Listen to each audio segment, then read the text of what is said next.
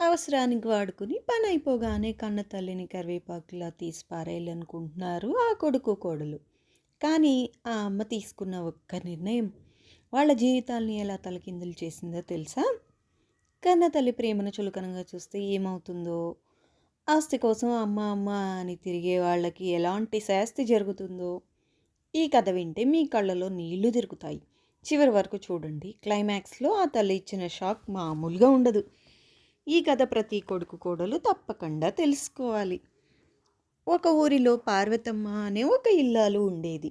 తనకున్న ఒకే ఒక కొడుకు అజయ్ని ఎంతో గారాబంగా కష్టపడి పెంచింది. అజయ్ పట్టణంలో మంచి ఉద్యోగం సంపాదించి శ్వేత అనే అమ్మాయిని పెళ్లి చేసుకున్నాడు. పెళ్ళయ్యాక అజయ్ తన భర్తతో కలిసి నగరంలోనే సెటిల్ అయిపోయాడు. పండగకో పబ్బానికో ఊరికి వెళ్ళడమే తప్ప పార్వతమ్మను తన దగ్గరికి రమ్మని ఎప్పుడూ అడగలేదు. అయితే ఒకరోజు హఠాత్తుగా అజయ్ నుండి పార్వతమ్మకు ఫోన్ వచ్చింది. అమ్మ, శ్వేత గర్భవతి. ఇంట్లో పనులు చూసుకోవడానికి, తను డెలివరీ అయ్యాక బాబును ఆడించడానికి నువ్వు వెంటనే రావాలి అని అడిగాడు. కొడుకు పిలవగానే పార్వతమ్మ సంతోషంతో గంతులు వేసుకుంటూ వెళ్ళింది. వెళ్ళినప్పటి నుండి ఆ ఇంట్లో నౌకరీలాగా పగలనక రేయనక శ్వేతకు సేవలు చేస్తూ ఇంటి పనులు తనే చూసుకునేది. కొడుకు కోడలు కనీసం తనతో ప్రేమగా మాటలు కూడా మాట్లాడేవారు కాదు. కాంతకాలానికి శ్వేతకు బాబు పుట్టాడు. బాబుకి ఇప్పుడు 2 ఏళ్ళు. పార్వతమ్మ ఆ పిల్లాడిని కంటికి రెప్పలా చూసుకునేది. కానీ ఇప్పుడు అజయ్ శ్వేతలకు ఆమె ఒక భారంగా అనిపించింది. శ్వేత తన తల్లిని ఇంటికి పిలిపించుకోవాలని ప్లాన్ వేసింది. ఒకరోజు రాత్రి అజయ్ తన భార్యతో మెల్లగా మాట్లాడుతున్న మాటలు పార్వతమ్మ చెవిన పడ్డాయి. చూడు అజయ్, బాబు పెద్దవాడయ్యాడు. ఇప్పుడు మనకు మీ అమ్మ అవసరం లేదు. మా అమ్మ ఇక్కడ ఉంటే బాబుని ఇంగ్లీష్ మీడియంలో జాయిన్ చేసి బాగా చూసుకుంటుంది. మీ అమ్మ ఉంటే నాకేదో ఇబ్బందిగా ఉంది. త్వరగా ఊరికి పంపించేసేయి అనింది శ్వేత. అజయ్ కూడా ఏమాత్రం ఆలోచించకుండా అవును, రేపే ఊరికి పోమ్మని చెప్తానులే అన్నాడు. అవసరానికి వాడుకున్నాం కదా, ఇక చాలు కదా అని అన్నాడు.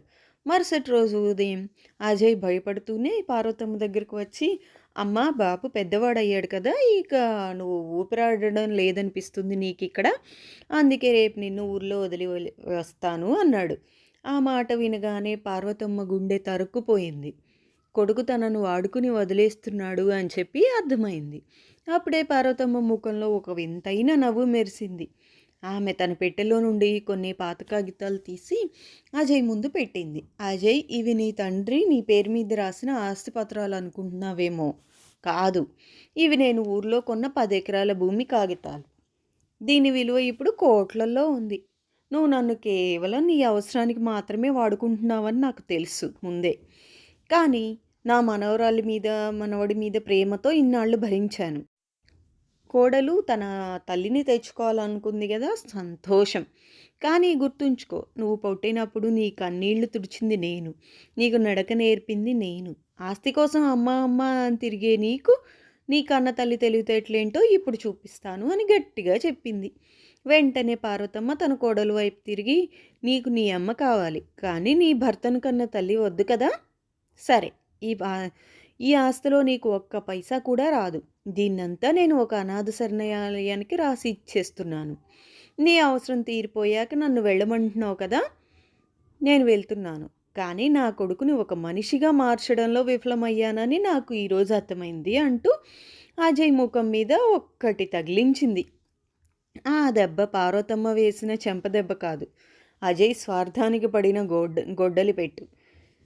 అజయ్ మరియు శ్వేత నిర్ఘాంతపోయి చూస్తుండగానే పార్వతమ్మ తన ఆత్మగౌరవాన్ని భుజాన వేసుకుని ఆ ఇల్లు వదిలి వెళ్ళిపోయింది. అవసరానికి వాడుకుని వదిలేసే కొడుకులకు కోడళ్లకు పార్వతమ్మ ఒక గుణపాఠం నేర్పింది. అమ్మ మనస్సు వెన్నలాంటిదే కాదు, అవసరమైతే అన్యాయాన్ని ఎదిరించే ఆయుధం కూడా అవుతుంది. కన్న తల్లిని గౌరవించిన వాడికి కోట్ల ఆస్తి ఉన్నా అది బూడిదలో పోసిన పన్నీరే. ఆ తర్వాత కొడుకు కోడలు ఇద్దరూ మళ్ళీ వాళ్ళ ఊరికి వెళ్ళి వాళ్ళ అమ్మని తీసుకొని వచ్చుకొని బాగా చూసుకుంటున్నారు.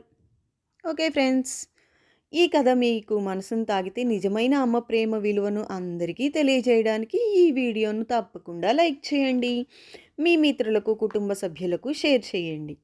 ఇలాంటి మరిన్ని భావోద్వేగమైన మరియు ఆలోచింపజేసే కథల కోసం మా ఛానల్‌నయితే సబ్స్క్రైబ్ చేసుకోండి. మీ అభిప్రాయాన్ని కామెంట్ రూపంలో అయితే తెలియచేయండి. Thank you for watching. By by.